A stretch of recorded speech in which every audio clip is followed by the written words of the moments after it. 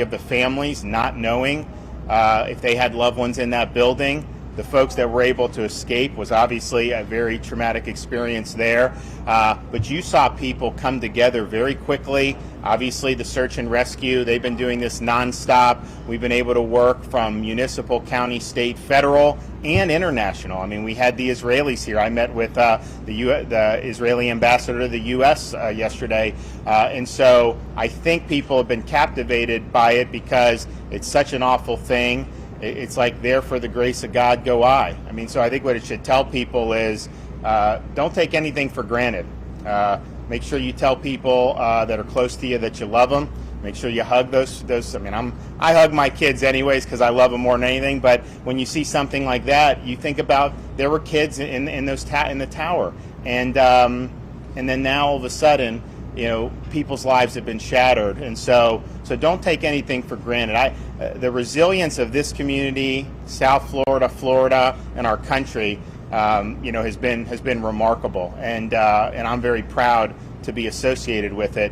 And I think that that's just what we do in Florida. But at the same time, I mean, man, if you're out and just living your life, just understand that that there can be tragedies that occur. You never know, and just make sure that you appreciate what you got. Governor, how will this impact the fates of those who are still unaccounted for? So we hope it will impact it in a minimal way. Obviously, the more the storm pushes west, the 11 a.m. advisory actually nudged it back a little east. The further west the storm tracks, the less likely you're going to have impacts here in Surfside.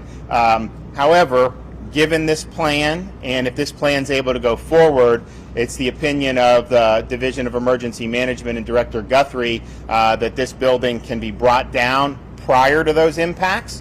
And so if you have the building down and you start to see wind pick up, you know, that may not even necessitate them stopping at all at that point. It depends. If they are out there, though, and you start to get some of these gusts with that structure there, that would be a real hazard, and I would imagine it would likely cause them to do a work stoppage. So taking the building down, given the fact that the storm is coming, and given the fact you were going to have to do this anyways, is the prudent thing to do, and I think it will lead to the course of action that most minimally disrupts the rescue efforts. When will that come down?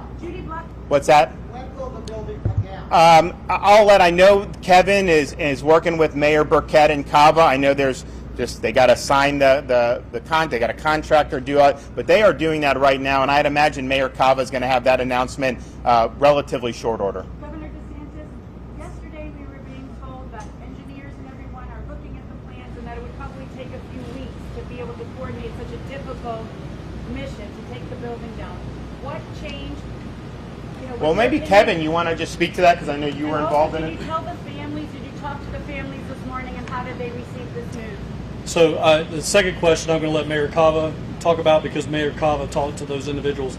In emergency management, we make the best decision on the information we have at the time. And when Mayor Cava came up here, and I'm sure she's going to reiterate this, she made the best decision on the information she had at the time.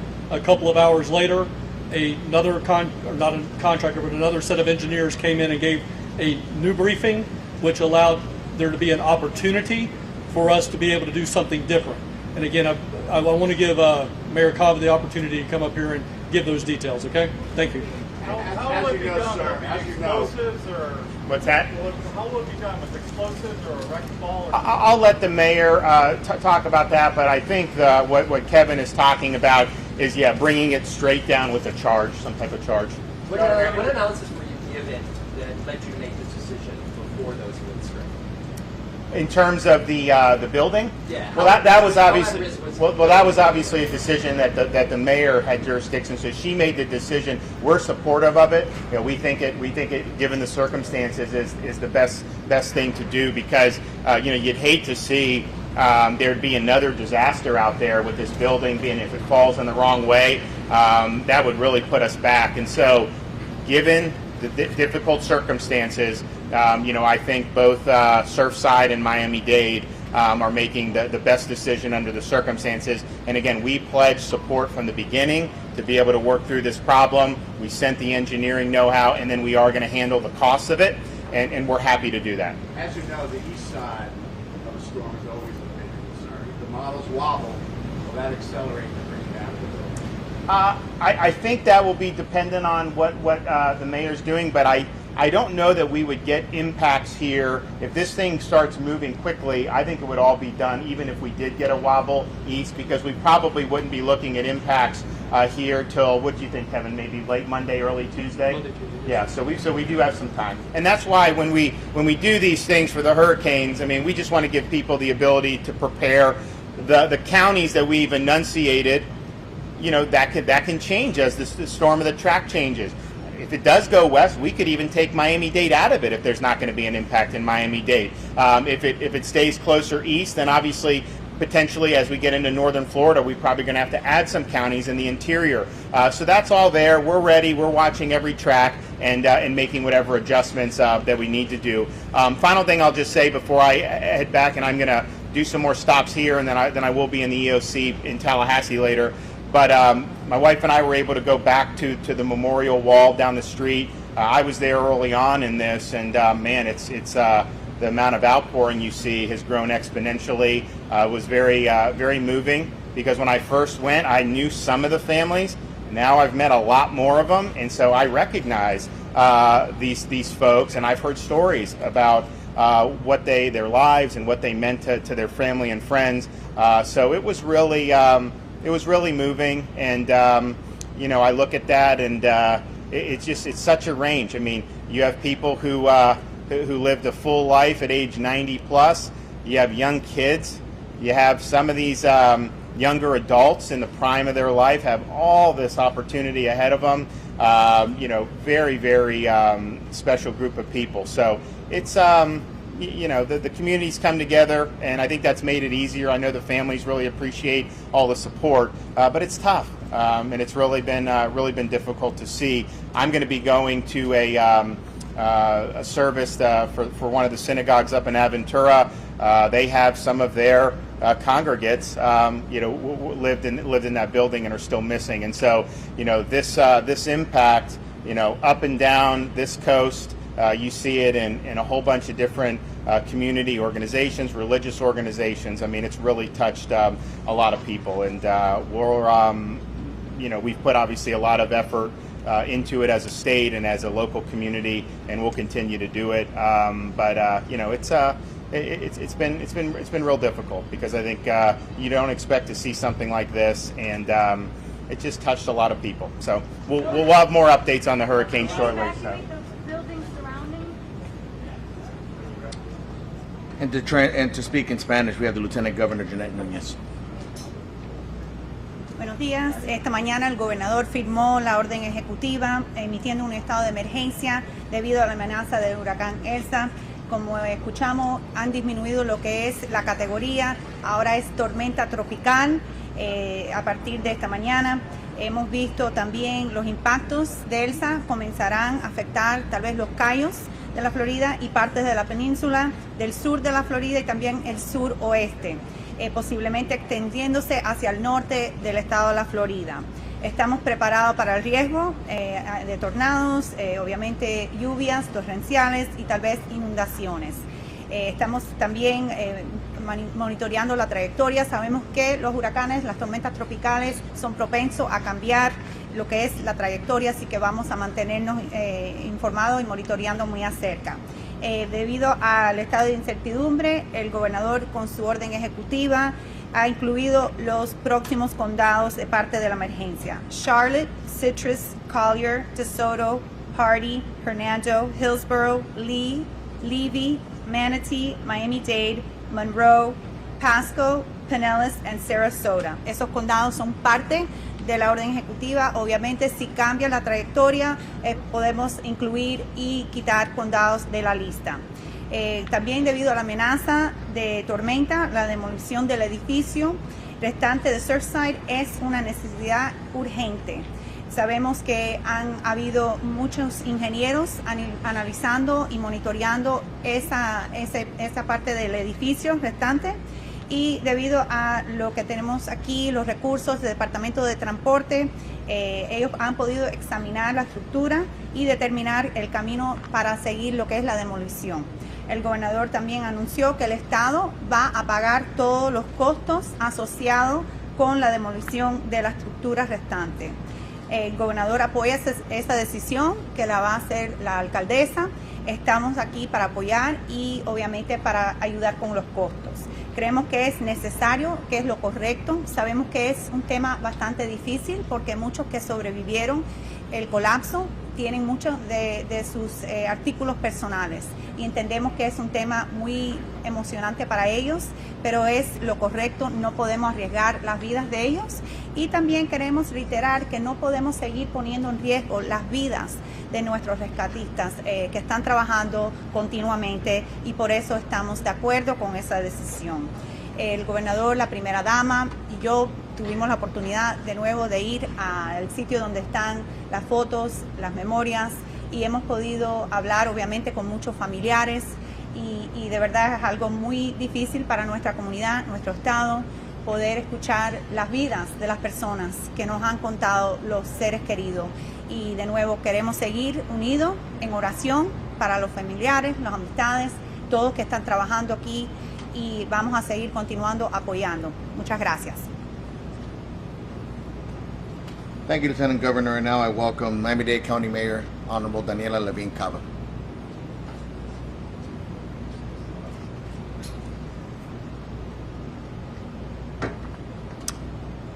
Here we are.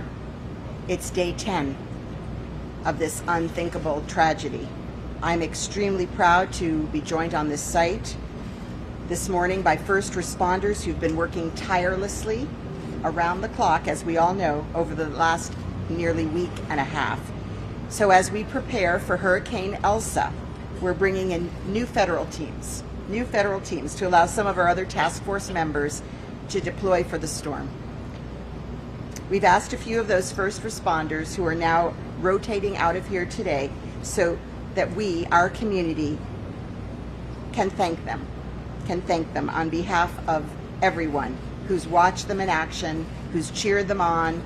We've prayed with them, we've cried with them, their extraordinary bravery and dedication in the mission of this incredible risk that they've taken. And here they are standing with us today.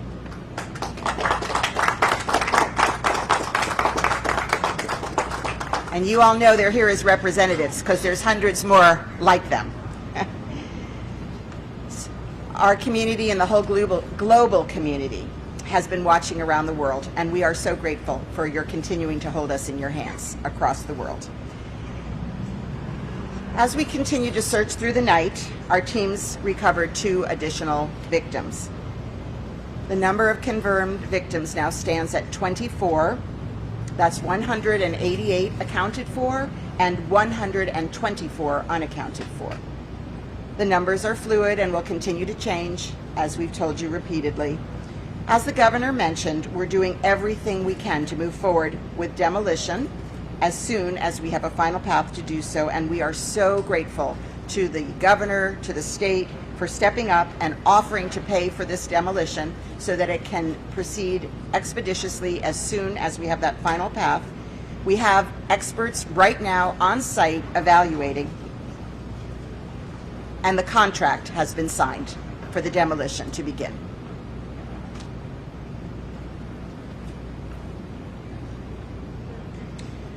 We did speak to the families this morning, both the survivors who still have their belongings in that tower and to the family members who are waiting for the search and rescue to continue. So they have all been informed and are aware.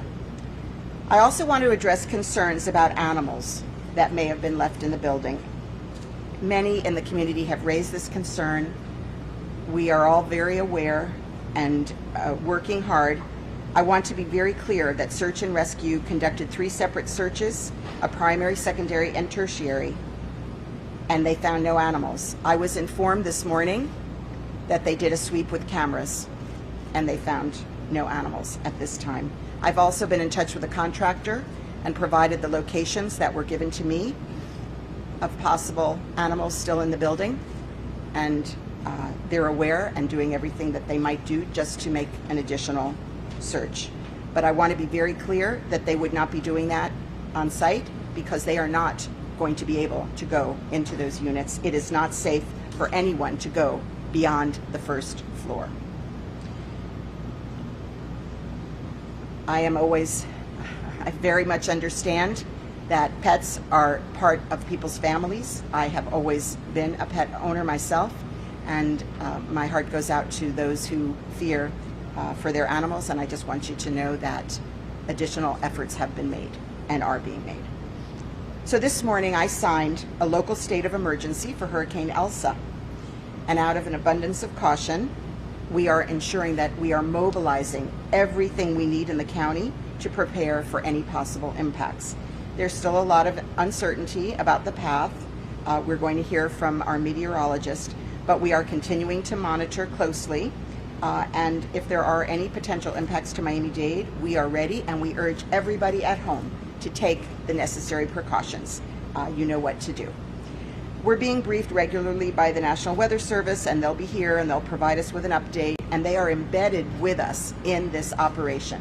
So now we have all the federal sources, all the state sources, we have our Weather Bureau, and of course our numerous county departments that are on site working around the clock. I am truly surrounded by heroes and sheroes. This gives me strength every single day. Every man and woman who is now here driving this operation forward, and everyone in the community is also now getting ready for a possible storm. Please continue to pray for the families, the survivors, the men and women who are bravely searching. Aquí estamos al comienzo del día 10. Estoy muy orgulloso de estar esta mañana en el sitio con algunos de nuestros socorristas que han estado trabajando incansablemente en el sitio durante la última semana y media. Nuestra comunidad y la comunidad global que observa en todo el mundo están muy agradecidas por su servicio. Mientras continuamos buscando, durante la noche nuestros equipos recuperaron a 2 víctimas adicionales. El número de víctimas confirmadas es ahora 24, con 188 contabilizadas y 124 desaparecidas. Vamos a tomar un momento para agradecer a los socorristas que están con nosotros.